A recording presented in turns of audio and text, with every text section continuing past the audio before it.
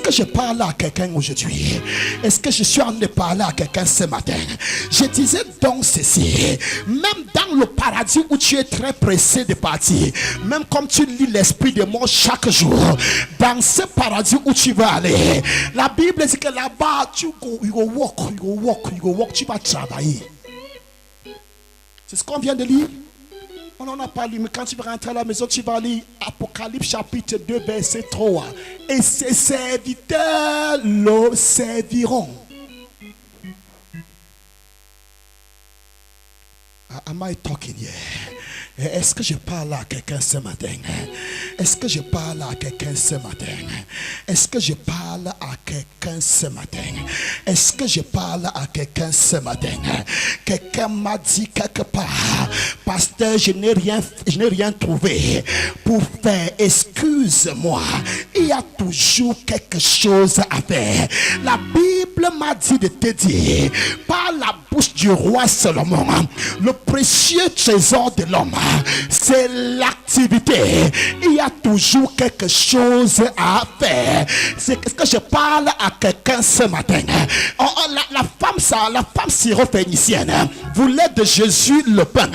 Jésus a fait comprendre à la femme, il n'est pas bon de prendre le pain des enfants et de les jeter aux petits chiens. La femme samaritaine dit, il n'y a pas de problème. Si les enfants, pendant que les enfants mangent, les miettes tombent de leur table pour satisfaire les petits chiens, même si c'est les miettes, Seigneur, je veux ces miettes. Est-ce que je parle à quelqu'un ce matin? En d'autres mots, la femme samaritaine disait, si pour aujourd'hui il n'y a que les miettes, donne-moi d'abord les miettes. Un jour l'autre, il y aura le pain entier. J'annonce à quelqu'un ce matin, c'est que tu as comme travail aujourd'hui, commence à le faire. Oublie tes gros diplômes. Fais déjà ce que tu vois. Pendant que tu fais ce que tu vois, Dieu va donner l'autre. Est-ce que je suis en train de parler à quelqu'un? Si tu n'as que 10 000 aujourd'hui, commence avec les 10 000. Peut-être tu voulais 100 000, mais aujourd'hui tu as 10 000. 10 000 peuvent acheter un panier de tomates. 10 000 peuvent acheter ou bien 100 points pour que tu ailles vendre. Est-ce que je parle à quelqu'un? Tu voulais 1 million pour commencer, mais aujourd'hui tu as 100 000. Commence d'abord avec les 100 000. Tu voulais 10 millions pour commencer, mais aujourd'hui tu n'as que 300 000. Commence d'abord avec les 300 000. C'est toi de ce que tu as déjà. Est-ce que je parle à quelqu'un? Je me souviens dans les années, il y a une soeur au nom d'Alice. Elle était au plein évangile. J'ai dit à la soeur, fais le concours de l'école normale. Elle m'a dit, ah pasteur, ça sert à quoi? Il n'y a pas de recrutement, il n'y a pas d'emploi. J'ai dit, mais je crois que c'est mieux que tu fasses le concours de l'école normale. Et un an après, j'ai encore rencontré la même soeur. Qu'as-tu fait? Elle m'a dit, non, je n'avais pas fait ce concours. Et j'ai dit, les 1 an qui vient de s'écouler, qu'as-tu produit pendant les 1 an? Tu n'as rien produit. Si tu étais à l'école normale, tu aurais validé 1 année. Elle a dit, pasteur, tu as raison. Et l'année suivante, elle a fait le concours. 3 ans après, elle est sortie de l'école. Et à l'heure où je te parle, elle est fonctionnaire. Donc elle a même le numéro déjà intégré, le numéro matricule. Comment tu passes de temps à croiser le bras? Seigneur, donne-moi, Seigneur, donne-moi, Seigneur, donne-moi. Quelqu'un d'une église réveillée doit être délivré ce matin. Quelqu'un d'une église réveillée doit être délivré. Si le Cameroun doit être délivré, c'est pas par tes louanges. Si le Cameroun doit être délivré, c'est pas par ton adoration. On veut des actions concrètes. Nous, en ce moment-ci, c'est l'action qui compte. Excuse-moi un petit peu avec les prophéties. Ce que je veux, c'est l'action. Produis-moi l'action. Am I talking to you? Est-ce que je parle à quelqu'un? Est-ce que je suis en train de te parler ce matin? Touche ton voisin, touche ta voisine, dis que tu as assez dormi. Lève-toi, lève-toi, lève-toi, lève-toi. Lève-toi, lève-toi, lève-toi. Dieu t'a créé pour que tu travailles. Dieu t'a créé pour que tu travailles. Et je ne cesserai de le dire. Et je ne cesserai de le dire à mes très chères sœurs, à mes très chères mamans. Quand un homme vient demander la main de ta fille, tu vois les mains sont préparées, la pédicure, manucure. Dis-lui, ton fille a quoi?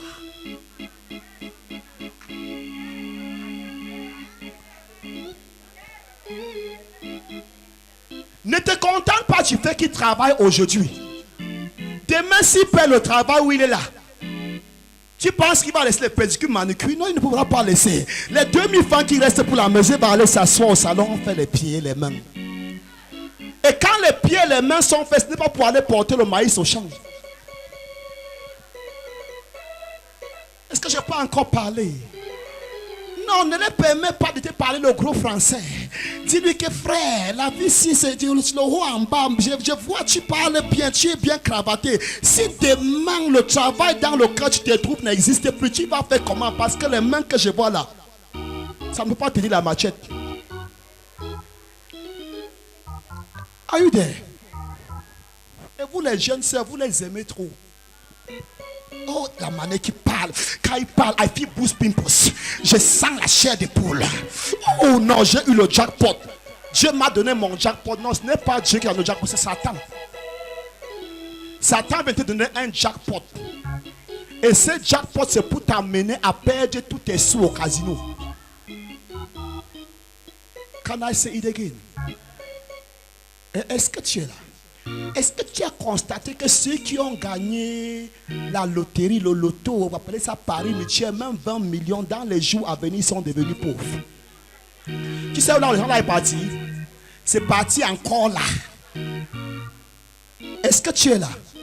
Donc ce que tu appelles jackpot là, tu risques de passer toute ta vie à l'entretenir. Ça peut ne pas sonner bien, mais tu feras me le dire amen. Quelqu'un dit amen quelque part. Je vais entendre ton amen quelque part. Je vais entendre ton amen. Même si tu n'es pas content, dis amen, dis amen, dis amen. Dis amen, dis amen, dis amen, dis amen, dis amen, dis amen. Dis amen. Are you there? Est-ce que tu es là? Est-ce que tu es là? Dis à quelqu'un, c'est pour toi que le pasteur est venu ce matin. C'est pour te délivrer. C'est pour te délivrer des loups économiques. Are you still there? Est-ce que je peux parler à quelqu'un? Est-ce que je peux parler à quelqu'un? Je vais même parler aussi au papa. Vous qui lancez les enfants là. Si l'enfant n'est pas en train de faire quelque chose, ne lui donne rien.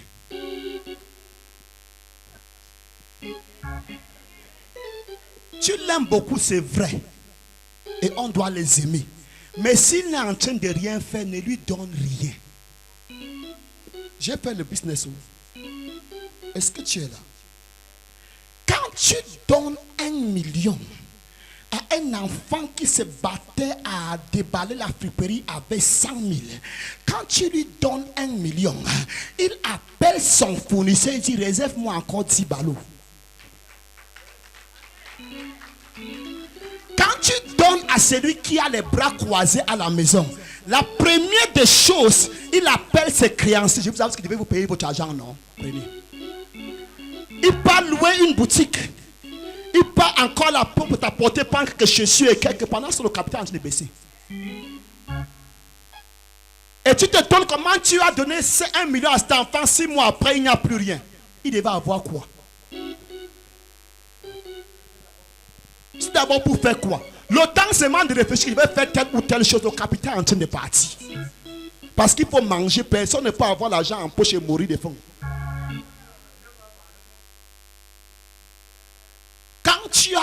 Si tu mangeais que le maquereau, à quoi? Une fois qu'on te donne 1 million, en attendant que tu vois ce qu'il faut faire, tu quittes des maquereaux pour les câbles.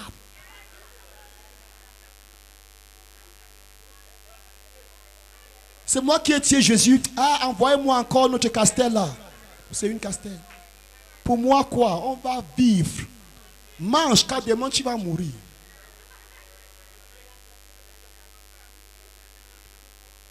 Est-ce que tu es là? Est-ce que tu es là? Tu peux ne pas être fier, mais je te dis la vérité. Celui qui attend le capital avant de se lever, c'est un paresseux, bon paresseux né. Tu es là? Tu es là? Je peux encore parler? Est-ce que je peux encore parler? Dis à quelqu'un, lève-toi. Lève-toi, lève-toi, lève-toi. C'est très important, c'est très important. C'est très important, c'est pour ton avenir. C'est pour ton bien. Est-ce que tu es là? Est-ce que tu es là? Je te dis quelque chose. À l'âge de 15 ans, dans les congés, je faisais 5 000 francs jour. J'ai dit à l'âge de 15 ans. J'ai dit à l'âge de 15 ans. Je faisais 5 000 francs jour. J'avais mon tuteur. Il me donnait les marchandises d'aller vendre. Je taclais. Are you there? Je n'avais rien à envier de mes camarades de classe. Et ton propre argent est sucré. Les gens qui ne... Quand on te donne l'argent, tu manges, tu crois que tu es content, tu ne comprends pas. C'est ton propre argent qui est sucré. L'argent que tu as travaillé de tes mains, ne parle pas du don, les dons qu'on t'a donné. L'argent que tu as travaillé de tes propres mains. Quand tu déchires ce poulet, ça entre même dans le cerveau avant de descendre. Est-ce que je parle à quelqu'un? Je te dis la vérité, si tu n'as jamais travaillé, va travailler, prends l'argent, mange. Tu vas voir que c'est 10 fois plus sucré que ce que le Père t'a donné. Est-ce que tu es là? Est-ce que tu es là?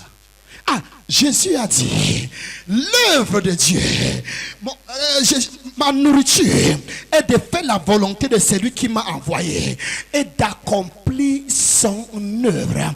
Nous avons vu que le premier homme tiré de la poussière du sol devrait travailler et il a travaillé. Malheureusement, il a mal gardé le jardin et le serpent est entré à séduire sa femme et lui. Le deuxième jardinier, il s'appelle Jésus, le dernier Adam ou le second homme. Quand il est venu, il a commencé à cultiver ce jardin d'une autre façon. Le premier jardin était physique, le second était spirituel. Le premier jardinier avait la houe, le second avec l'épée spirituelle qu'on appelle la parole de Dieu.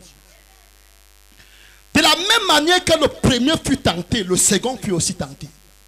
Mais la Bible dit, le second était dans le jeûne. Et la Bible dit que le second est dans le jeûne. Pendant 40 jours, le tentateur était là. Transforme cette pierre en pain et mange. Il a répondu au tentateur version Charlie Kemetia. Le premier est venu pour manger la nourriture physique, mais le dernier est venu pour manger la nourriture spirituelle. Ma nourriture, c'est de faire l'œuvre de mon Père. Tu as raté. Tu serais venu avec autre chose, pas la nourriture physique. Are you there? Il a dit, transforme cette pierre en pain et mange. Il a dit, l'homme ne vivra pas de pain seulement, mais de toute parole. De toute parole. Je dis à quelqu'un, de toute parole qui sort de la bouche de Dieu. Le premier mangeait le fruit du sol. Le second mangeait la parole. Avec quoi est-ce qu'il a gagné le diable? Avec la parole. Est-ce que je parle encore à quelqu'un? Est-ce que quelqu'un est encore dans la salle? Est-ce que quelqu'un est encore dans la salle? Est-ce que quelqu'un est encore dans la salle? Le premier cultivait un sol physique. Le second cultivait un sol spirituel. Et il a dit aux disciples, ma nourriture est de faire la volonté de celui qui m'a envoyé et d'accomplir son œuvre. Et nous sommes partis dans Jean chapitre 6. C'est quoi la volonté de Dieu? Il dit, la volonté de celui qui m'a envoyé, c'est que je ne perde aucun de tout ce qu'il m'a donné. En d'autres mots, ma nourriture, c'est de garder le jardin que Dieu m'a donné. Il continue en disant, la volonté de mon Père, c'est que quiconque voit le Fils et croit en lui ait la vie éternelle, et je le resterai au dernier jour. Donc non seulement je cultive ce jardin, j'accorde la sécurité tout autour de ce jardin, afin que ce qui est arrivé au premier jardinier ne m'arrive pas. Est-ce que je parle encore à quelqu'un dans la salle? Quand je parle du jardinier, je parle de Jésus. Est-ce que tu es encore là? Et Jésus a dit, si quelqu'un se donne dans cette affaire, il dit, celui qui croit en moi fera aussi les œuvres que je fais, et il en fera de plus grandes, parce que je m'en vais au Père. Et nous avons dit, comment quelqu'un peut-il faire une œuvre plus grande que Jésus, alors que Jean a dit que si le monde, si on ne pouvait écrire tout ce que Jésus a fait, le monde ne pouvait pas contenir les livres écrits. Comment donc quelqu'un peut-il faire une œuvre plus grande que Jésus? Et nous avons dit dernièrement que faire une œuvre plus grande que Jésus, ça d'amener les personnes à la connaissance de Dieu, c'est d'amener les personnes à naître de Dieu. Parce que durant tout le ministère terrestre de Jésus, Jésus n'a amené personne à la nouvelle naissance. Il les a amenés à être préparés pour être nés de nouveau. Mais quand il est sorti de la tombe, la nouvelle naissance a commencé en ce moment. Et les disciples qui ont reçu son esprit pouvaient maintenant prêcher l'évangile. Et en amenant des personnes à être nées de nouveau, ces personnes faisaient une œuvre que Jésus n'a pas pu faire. Non, humilité. Est-ce que je parle à quelqu'un? Faire une œuvre plus grande que Jésus, c'est d'amener les personnes à naître de Dieu. C'est d'amener les personnes à la vie de Jésus. Est-ce que je parle à quelqu'un? Durant tout son temps du ministère terrestre, personne n'était encore né de nouveau, parce qu'il y avait un chérubin, où il y avait des chérubins qui balançaient une épée flamboyante, afin que personne n'ait accès à la vie de Dieu pour vivre éternellement ou bien pour naître de nouveau. Mais quand Jésus est descendu dans la tombe, la Bible me fait comprendre que sorti de la tombe, il a dit à Marie, ne me retiens pas. Ah, je m'en vais vers mon Père et votre Père. En d'autres mots, Jésus devait comparaître devant le tribunal terrestre céleste. Et mon Bible me fait comprendre dans Somme 24 que pendant que Jésus montait, ou bien pendant qu'il s'avançait vers les portes éternelles depuis le jardin d'Éden, c'est pour qu'aucun homme n'entre dans la présence de Dieu. Parce que Abraham, après sa mort, n'est pas entré dans la présence de Dieu. Et non, même qui n'a pas connu la mort, enlevé sans connaître la mort, n'est pas entré dans la présence de Dieu. Et lui qui n'a pas connu la mort n'est pas entré dans la présence de Dieu. Parce que Jésus a dit, personne n'est monté au ciel en dehors de celui qui est descendu. En d'autres mots, tous les saints qui sont morts avant Jésus, aucun d'eux ne pouvait entrer dans la présence de Dieu. La Bible les appelle les captifs. Ils sont morts en Dieu, mais ne pouvaient pas entrer dans la présence de Dieu, parce que le chemin qui menait à Dieu était encore bloqué. Mais ma Bible me fait comprendre que lorsqu'il est sorti de la tombe, il est monté dans les cieux. Et quand il est monté dans les cieux, le portier qui prenait charge de cette porte éternelle a vu un homme, pas comme les autres. Quand Abraham est mort, il a vu les chaînes entre les pieds d'Abraham, et on tirait Abraham dans le séjour d'Abraham. Quand Isaac est mort, il a vu les chaînes autour de ses pieds, et on le tirait dans le séjour d'Abraham. Quand Jacob, Moïse et tous les autres sont morts, ils sont tous entrés dans ce lieu. En d'autres mots, même les hommes de foi de l'Ancien Testament étaient tous des captifs enchaînés. Mais vint ce fameux jour, un dimanche comme celui-ci, le Seigneur est monté, et cet homme a vu un homme, un cadavre qui n'avait rien pareil aux autres cadavres. Ce cadavre n'avait pas les chaînes aux pieds. Comme si cela ne suffisait pas, il marchait en majesté. Il avait sa roulette d'or en main, il avait sa couronne sur la tête, et il marchait en roi, il marchait en guerrier. devant cette porte.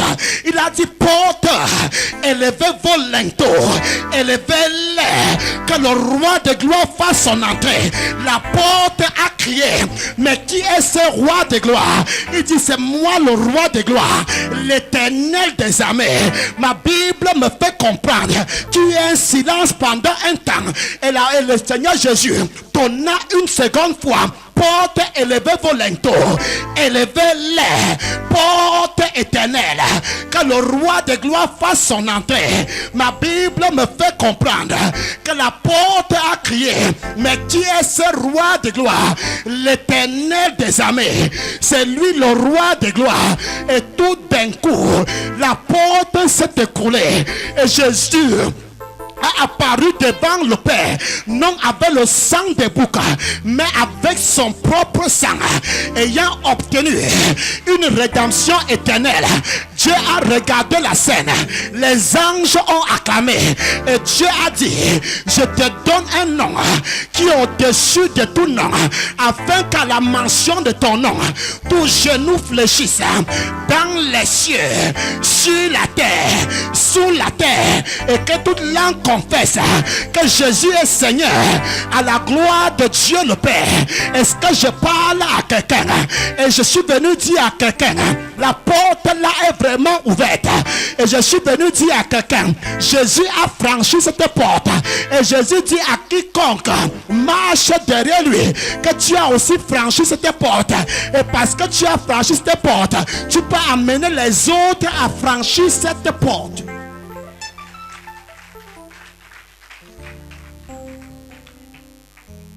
Est-ce que je parle à quelqu'un? Est-ce que je parle à toi? Est-ce que je parle à toi? Il a franchi la porte éternelle et entré dans la présence de Dieu. Et toutes ces personnes qui étaient dans le sein d'Abraham, il pouvait les amener dans cette présence. Est-ce que je parle à quelqu'un ce matin? Et Jésus a dit, si tu l'acceptes, toi aussi tu vas amener les personnes dans la présence de Dieu. Est-ce que je parle à quelqu'un ce matin? Est-ce que je suis en train de parler à quelqu'un ce matin? Et toute personne qui a eu accès à cette porte, je peux dire à haute voix à cette personne, aucune porte n'est assez dure pour ne pas respecter ton entrée. Quelqu'un ne me suit pas encore. Aucune porte n'est assez de fer pour t'empêcher d'entrer. C'est Christ a fait franchir la porte éternelle. Quelle est cette porte qui peut encore te résister? J'annonce à quelqu'un, toute muraille de fer, toute porte de fer qui se dresse contre ton célibat, mariage, cette porte s'écroule au nom de Jésus. J'annonce encore à quelqu'un, toute porte de fer qui se dresse contre tes études, cette porte s'écroule au nom de Jésus. J'annonce à quelqu'un, toute porte de fer qui se dresse contre la venue de tes enfants, cette porte s'écroule au nom de Jésus. J'annonce à quelqu'un, toute porte de fer qui se lève contre tes finances, cette porte s'écroule au nom de Jésus. Si tu as pu franchir la porte éternelle, quelle est cette porte que tu ne pourras pas franchir? J'ai dit encore à quelqu'un, aucune porte n'est assez porte pour t'empêcher d'entrer. Aucune porte n'est assez porte pour te retenir. Je te vois de l'autre côté. Quelqu'un ne me suit pas encore. Je te vois de l'autre côté. Ne me suis pas encore. Je te vois de l'autre côté. Quelqu'un ne me suit pas encore. Jésus a dit ceci, et tout ce que vous demanderez, il dit, c'est lui qui croit en moi verra les œuvres que je fais, et il en fera de plus grandes, parce que je m'en vais au Père. Parce que je vais au Père, tout ce que vous demanderez en mon nom, je le ferai. Parce que je vais au Père, parce que vous serez aussi entrés dans la présence. Tout ce que vous demanderez en mon nom, comme mon agent, je le ferai. Est-ce que je parle à quelqu'un? Est-ce que je peux encore parler pour 5 minutes? Est-ce que je peux encore parler pour 5 minutes? Suis-moi et suis-moi bien. Pendant que tu fais l'œuvre de l'évangéliste, pendant que tu fais connaître Dieu à ceux-là qui ne le connaissent pas, Jésus dit, tu es dans la grande commission. Tu es en train de faire entrer les gens dans la présence de Dieu. Et quiconque fait entrer les gens dans la présence de Dieu, tout ce que cette personne me demande, je le ferai. Parce qu'il est écrit dans 1 Jean chapitre 1 Pierre 1, à partir du verset 10 jusqu'à 12, que les prophètes qui ont prophétisé, touchant la grâce qui vous était réservée, ont fait de ce salut l'objet de leur recherche et de leur investigation. Ils voulaient sonder l'époque et les circonstances marquées par l'Esprit de Christ qui était en eux et qui attestait d'avance les souffrances de Christ et la gloire dont elles seraient suivies. Il leur fut dit, il leur fut révélé que ce n'était pas pour eux, qu'ils étaient les dispensateurs de ces choses que vous ont annoncé maintenant, ceux qui vous ont prêché l'évangile par le Saint-Esprit envoyé du ciel, dans lesquels les anges désirent plonger leur regard. Les anges veulent prendre part à l'évangile. La version se me dit, dans lequel les anges ne se lassent pas de regarder. Donc pendant que tu prêches l'évangile, tu alertes tout le ciel. Les anges sont là. Ils n'attendent que ton mot. Ils ne peuvent pas prêcher parce qu'ils sont des anges. Toi, tu peux prêcher. Il dit, toi, tu ne peux pas faire les miracles. Nous, on peut faire les miracles. Pendant que tu parles, nous, on fait les miracles. You are not getting it. Pendant que tu prêches, nous sommes là. La Bible dit, auquel des anges Dieu a-t-il jamais dit, assieds-toi à ma droite, que je fasse des ennemis ton marchepied. Il dit, ne sont-ils pas tous des esprits au service de Dieu, envoyés pour exercer un ministère en faveur de ceux qui doivent hériter le salut? Donc les anges sont envoyés vers toi. Les anges veulent seulement que tu ouvres la bouche et ils vont faire le reste.